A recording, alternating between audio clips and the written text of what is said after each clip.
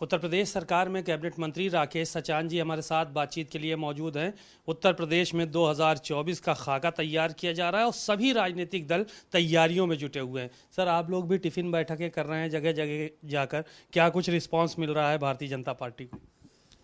देखिए, हमारे यहाँ 30 मई से मोदी सरकार के 9 साल पूरे होने पर केंद्रीय नेतृत्व के द्वारा 9 साल बेमिसाल महासंपर्क अभियान का कार्यक्रम दिया गया है, जिसके तहत पूरी कार्यकर्ताओं के साथ बूथ स्तर पर, विधानसभा स्तर पर जो 9 साल में माननीय मोदी जी के द्वारा जो फैसले लिए गए, कार्य किए गए देश की जनता के लिए, उनको जन जन तक पहुंचाना और उसी पर तमाम तरीके से कार्यक्रम आयोजित हुए हैं, जिसमें हमारे वरिष्ठ कार्यकर्ता सम्मेलन है और कार्यकर्ताओं की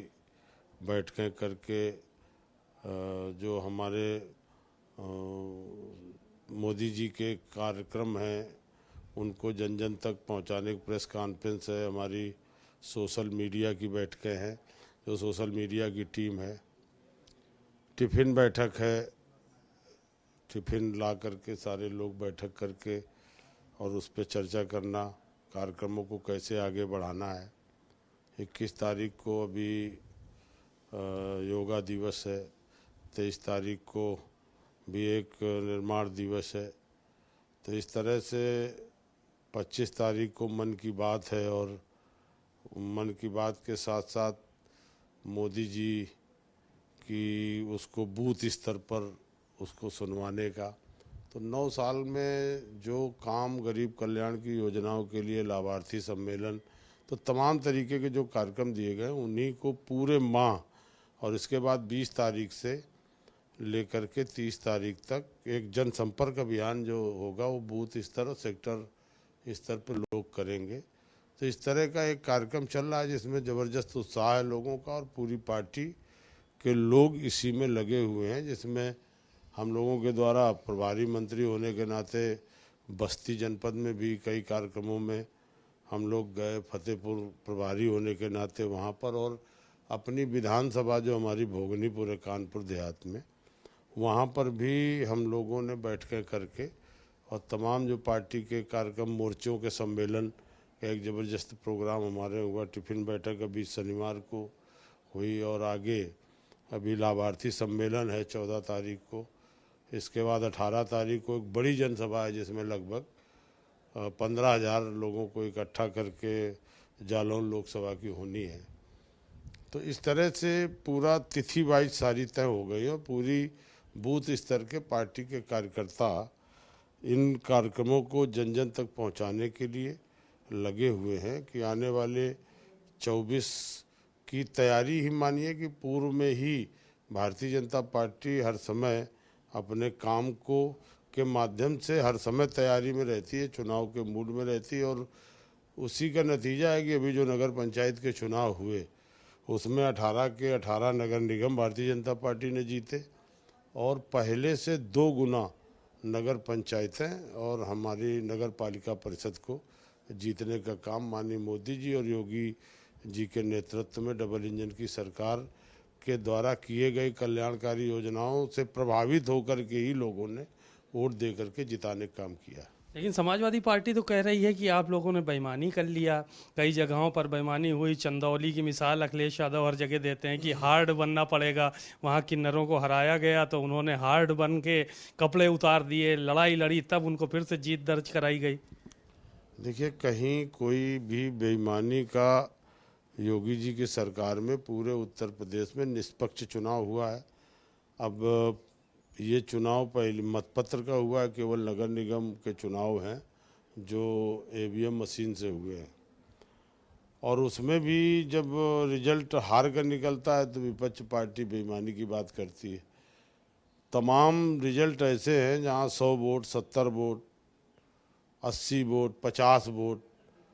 से नगर पंचायत के लोग इलेक्शन जीते हैं। कहीं भी एक वोट की न तो काउंटिंग में न मतदान में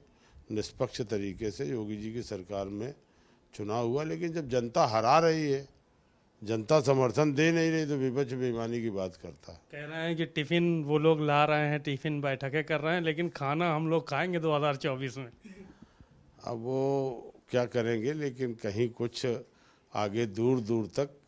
कितने लोग भी इकट्ठा हो जाएं, लेकिन भारतीय जनता पार्टी का कोई मुकाबला है नहीं। एक बयान और आया था, कहा कि असुर जो है वो हमने भारतीय जनता पार्टी को नहीं कहा, असुर हम उन लोगों को कह रहे हैं जो कानून के सुर में सुर नहीं मिला रहे, संविधान के सुर में सुर नहीं मिला रहे हैं, तो ऐसे लोगों को आप, इशारा तो भाजपा की तरफ था, ये भी बयान आए। देखिए, भारतीय जनता पार्टी कानून न पालन करने वालों को सजा देती है, उनके खिलाफ कार्रवाई करती है। भारतीय जनता पार्टी संविधान जो बाबा साहब ने बनाया है उसके आधार पर माननीय मोदी जी ने शपथ खा करके देश की सरकार को चला रहे हैं, वही योगी जी चला रहे हैं और संविधान से ही सरकार चल रही है। कहीं कोई इस तरह का काम नहीं हो रहा है। भले विपक्ष कोई बात कहे, वो उनकी बात है, ये सब आरोप निराधार हैं उनके। आप लोग भी मेहनत कर रहे हैं अपने विभाग में, आपने तमाम योजनाएं लागू की हैं, अभी कोई नई योजना भी लाने जा रहे हैं? आप लोगों ने पार्क के लिए भी ज़मीन उपलब्ध करा दी है। देखिए, एमएसएमई नीति को ज़मीन तक पहुंचाने में हम लोगों के ज़िले वाइज टीमें लगी हुई हैं और जो भी इन्वेस्टर समिट में प्रस्ताव आए थे, हमारे यहाँ लगभग 1.5 लाख करोड़ के एमएसएमई सेक्टर में प्रस्ताव थे, उनको ग्राउंड लेवल उतारने पर लगातार हम लोग विभाग की बैठकें करके ज़िले वाइज उनको समीक्षा कर रहे हैं कि उनके ज़्यादा से ज़्यादा जो प्रस्ताव आए हैं उनको नीचे अगर कोई विस्तारीकरण का है उसको, अभी हमारे बहुत सारे लोग उद्यमी छोटे छोटे एमएसएमई सेक्टर में काम कर रहे थे, लेकिन वो पोर्टल में रजिस्ट्रेशन नहीं करा रहे थे। तो अभी उद्यम पोर्टल में रजिस्ट्रेशन का एक महाअभियान 1 तारीख से चला है जो 75 जनपदों में चल रहा है, जिसका शुभारंभ हमने कानपुर से किया था। उसमें अगर रजिस्ट्रेशन किसी भी व्यापारी का होगा तो अगर बाय द वे कहीं दुर्घटना होती है तो 5 लाख रुपए तो दुर्घटना बीमा योजना का उसको मिल जाएगा। और जो चूँकि छोटे व्यापारी जीएसटी में रजिस्टर्ड नहीं होते हैं तो उनको प्रेरित करने के लिए हमने ये बीमा योजना की शुरुआत अभी हम करने जा रहे हैं, जो शीघ्र ही कैबिनेट में ला करके हम उसे पास करेंगे कि छोटे व्यापारी हैं, अगर कहीं कोई घटना में, दुर्घटना में उनके साथ कोई परेशानी आती तो 5 लाख तक का उनको, तो ये प्रोत्साहन है ताकि ज़्यादा से ज़्यादा लोग रजिस्ट्रेशन कराएं, क्योंकि 90 लाख इकाइयाँ हमारे उत्तर प्रदेश में एमएसएमई की हैं, लेकिन 15% ही रजिस्टर्ड हैं, तो 85% कैसे रजिस्टर्ड हों,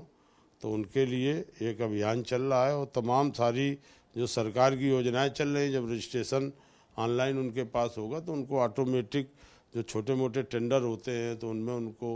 लाभ मिलेगा। तो इस तरह से हर जगह पर हम लोग हर जनपद में ये काम कर रहे हैं कि ज़्यादा से ज़्यादा एमएसएमई सेक्टर को आगे बढ़ाया जाए। बातचीत के लिए शुक्रिया। आपने राकेश सचान जी को सुना, उन्होंने तमाम बातें कहीं और एमएसएमई को लेकर भी बातें कहीं कि हम कैबिनेट में प्रस्ताव लाकर छोटे उद्यमियों के लिए भी एक बीमा लाएंगे ताकि जो छोटे उद्यमी हैं उनके साथ अगर कोई दुर्घटना होती है तो उनके परिवार के लोगों को उसका कम से कम कुछ लाभ भी मिल सके। कैमरामैन अरविंद के साथ सीमाब नकवी, भारत समाचार, लखनऊ।